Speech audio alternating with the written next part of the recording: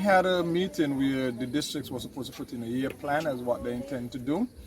And for me, our district, we have decided we're going to do some training. And some of the key areas that we wanted to do training into was disaster management, shelter management, fire and rescue, mapping. So far we did, and first aid, so far we haven't done session in first aid.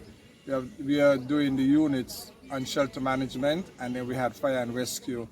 Last week we had this session where we was given the theory on the different phases of fire and that sort of thing. Today we had the practical where we were able to learn how to use a fire extinguisher and the different types of fire and the fire extinguisher that being used on it. So even though it's a District 2 planning, all the other districts were invited because I figured that it would be very important for all the districts to be a part of what we've been doing on the workshop, because it benefits everybody, because it's a whole nationwide thing we're thinking about doing, and not just a district, because District 2 is just Central Bastia, whereas all the other districts make up the federation as well. So the whole idea was to invite the other districts to be a part of the workshop that we've been having so far.